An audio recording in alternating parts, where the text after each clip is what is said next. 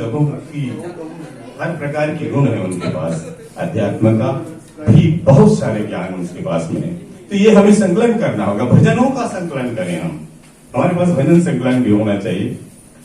और जैसे हमको प्रसंग मिलता है वो प्रसंग के अनुरूप यदि हमारा भजन हो तो सुनने वालों को और बहुत ही आनंदित करेगा, हम प्रभावित कर पाएंगे श्रोताओं को। इसके अलावा हम चाहे उद्घोषक हो चाहे व्याख्याकार हो, हमारे पास शब्द भंडार होना चाहिए। शब्द भंडार हमारे पास होना चाहिए। यदि हमारे पास शब्द भंडार है तो हम एक ही शब्द के कई छोटे छोटे अलग अलग शब्दों में उसका नाम प्रचारित कर सकते हैं, बता सकते हैं, विस्तृत रूप से बारीक रूप से हम लोगों को समझा सकते हैं। इसलिए हमारे पास शब्द भंडार होना चाहिए। अब शब्द भंडार हमारे पास कहां से आएगा?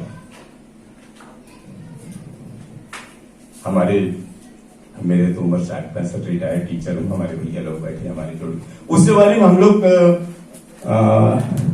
बहुत से पुस्तक पढ़ते थे और उसमें उपन्यास बहुत पढ़े थे उस जमाने में हम लोग। कैसे भाई उपन्यास पढ़े थे? बहुत उपन्यास पढ़े थे।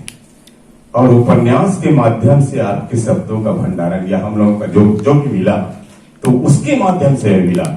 और उपन्यास में जो साहित्यिक वर्ड लिखा जाता है वो हम सबको बहुत अच्छा समय में काम आता है। तो हमें उस बात का भी ध्यान रखना चाहिए। पर्यायवाची शब्द है और शब्द भंडार है, तो ये सब हम सबको करना है। और साथ ही प्रसंग के अनुरूप हमारा संगीत हो। और संगीत में बनवा जी बोले कि म्यूजिक समय की बर्बादी सिवाय कुछ नहीं, लोग पसंद नहीं करते। और हमें अपने स्टेज को देखकर ही अपने पूरे कार्यक्रम को सेट करना चाहिए, व्यवस्थित करना चाहिए, ताकि हम लोगों को ज्यादा प्रभावित कर सकें। उद्बोधन में अक्सर भाव प्रसन्नता की होनी चाहिए।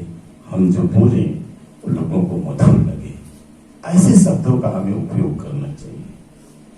हमारा जो बोलने का जो वाक शैली है उसमें भी ज्यादा ठहराव भी नहीं होना चाहिए और बहुत जल्दी भी नहीं होना चाहिए। सुन नहीं पाते, समझ नहीं पाते लोग। इसलिए हमें इस बात का भी ध्यान रखना चाहिए हमारी वाक शैली कैसी है।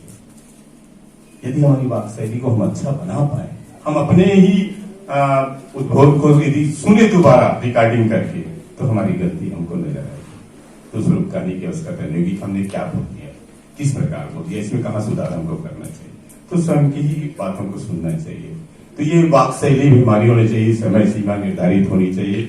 और उसके साथ साथ हमारे पास हास्य भाव भी होनी चाहिए। हम मनोरंजन दे सके लोगों को अपनी बातों में, कुछ ऐसी शब्दों का भी या ऐसे प्रसंगों का भी समावेश होना चाहिए ताकि लोग आनंदित हों। हमेशा मुंह लटका के ना बैठा रहे, और मुंह लटका के बैठेंगे तो उनको नींद आने लगेगी।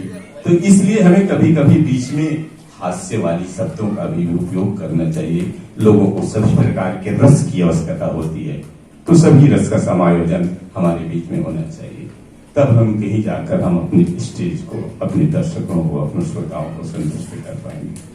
आप सबको बहुत ढेर सारी शुभकामनाएं। आज हम और बहुत सारे सुनेंगे और सीखेंगे भी। आप सबको बहुत बहुत धन्यवाद और धन्यवाद।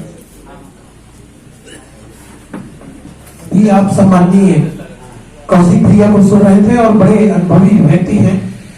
मानस रोहित वाद्य यंत्रों को भी और मानस प्रवचन को भी और एक रचनाकार के रूप में भी, एक स्टेज के कलाकार के रूप में भी बहुत अलग अलग विधाओं में जिन्होंने अपने जीवन में साधना की है, उनको आप सुन रहे थे।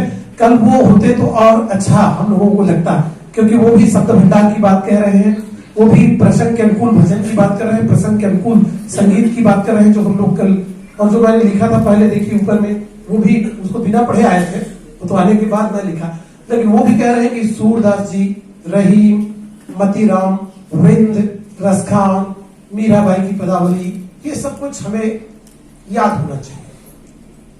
जैसे मानुष हो तो वही रसखान बसो ब्रज गोकुल गांव की वारन, जो खगो तो कहा बस मेरो, मिली कालिंदी कुल कदम की डारन, ये जो सवैया छंद है। ये धूल भरे अति शोभित सामुझी, तैसी बनी सिर सुंदर चोटी, काग के भाग बड़े सजनी, हरि हाथ सो ले गयो माखन रोटी। और अवधेश के द्वारे सकारे गयो सखी, ये भी है। तो बहुत सारी बातें हैं गोस्वामी तुलसीदास के अनन्य ग्रंथों में से भी आप संदर्भ निकाल सकते हैं। आइए भोजन और प्रसादी आप ग्रहण करें, उससे पहले भजन, क्योंकि भाग्य भजन के बाद ही भोजन होगा। मात्रा बढ़ाना है तो पहले भजन करते हैं, मन को तृप्त करते हैं, फिर शरीर को संतृप्त करने की कोशिश हम करेंगे। ये कुछ बातें यहाँ पे लिखी गई है, आप लोग चाहें तो अपनी डायरी में उसको अंकित कर सकते हैं। मुझको जाना है, पहले घर जाऊंगा, घर से मुझको और जाना है जगह, इसलिए मैं आप लोग से विदा लूंगा। तो भजन आदेश मिला था कि भजन आप सामने प्रस्तुत करता हूँ। मीराबाई का भजन।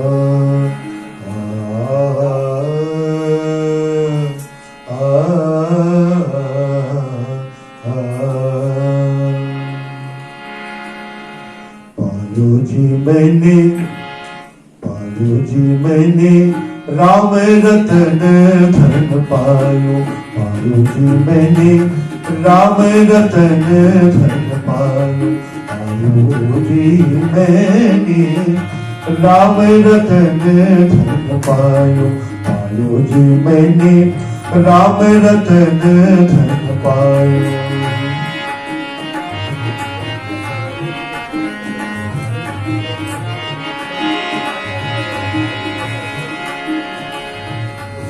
अमोलक दी मेरे सतगुरु, वस्तु अमोलक दी मेरे सतगुरु, वस्तु अमोलक दी मेरे सतगुरु, कृपा करी अपनायो, पायो जी मैंने कृपा करी अपनायो, पायो जी मैंने राम रतन धन पायो, मैंने राम रतन धन पायो।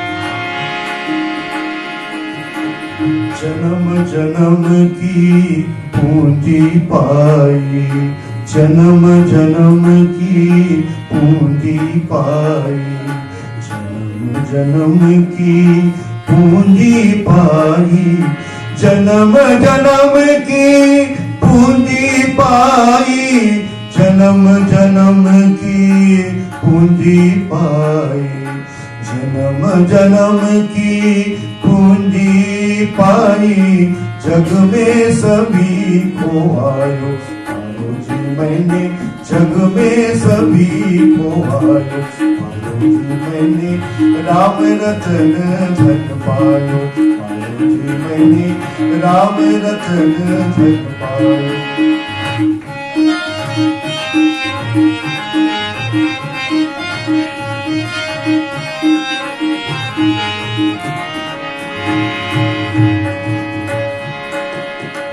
मीरा के प्रभु गिरधर नागर, मीरा के प्रभु, मीरा के प्रभु, मीरा मीरा मीरा,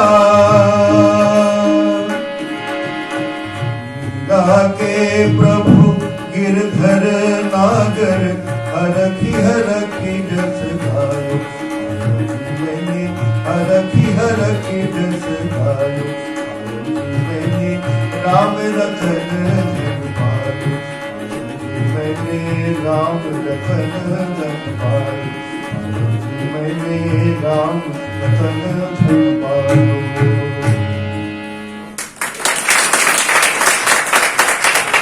और इस तरह से अभी द्वितीय दिवस का प्रथम सत्र संपन्न होता है। चूंकि वर्मा भैया जी को जाना भी है, तो श्री चंद्रशेखर सिंह राजपूत जी से मैं निवेदन करता हूं कि वो प्रतीक चिन्ह, प्रशस्ति पत्र, श्रीफल, मेडल आदि के माध्यम से हम सम्मानित करने का प्रयास करेंगे।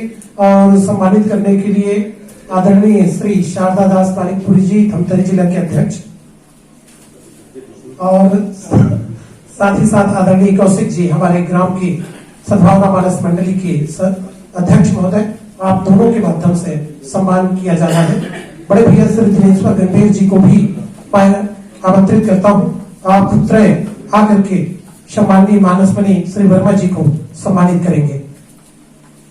बालोद जिला के कुछ अध्यक्ष श्री दिनेश्वर गंभीर जी, बालोद जिला के अध्यक्ष श्री गंगाधर साहू जी और धमतरी जिला के अध्यक्ष, आप सभी से निवेदन है क्रमशः आए और सम्मानित करेंगे।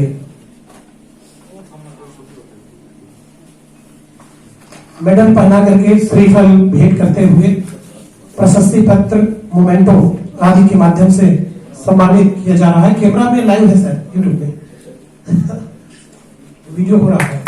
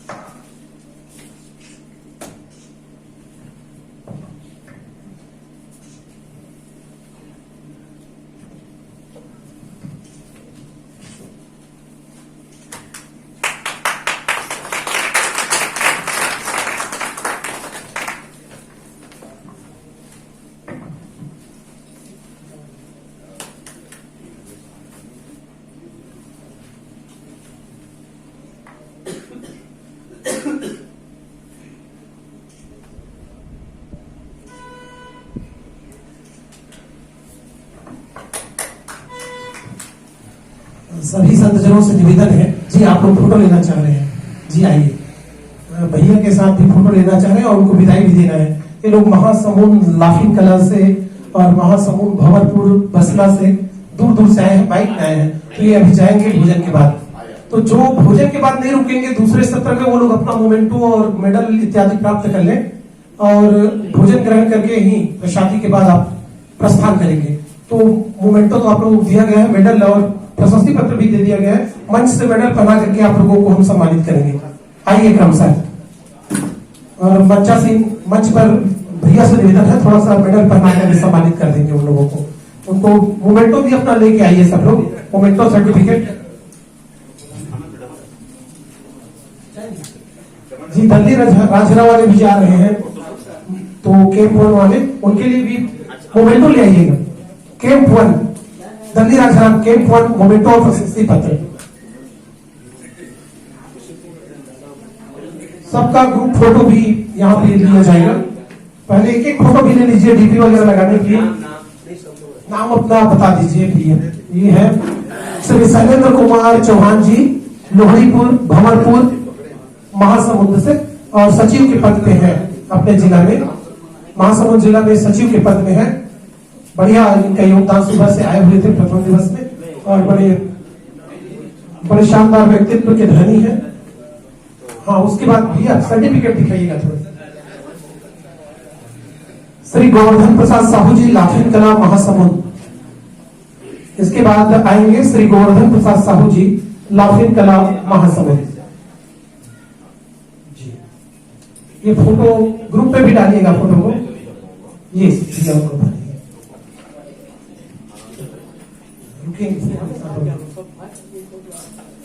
उसके बाद हमारे बीच आए हुए हैं महासमुंद से द्वारिका प्रसाद सिन्हा जी, भलेसर नया पारा महासमुंद।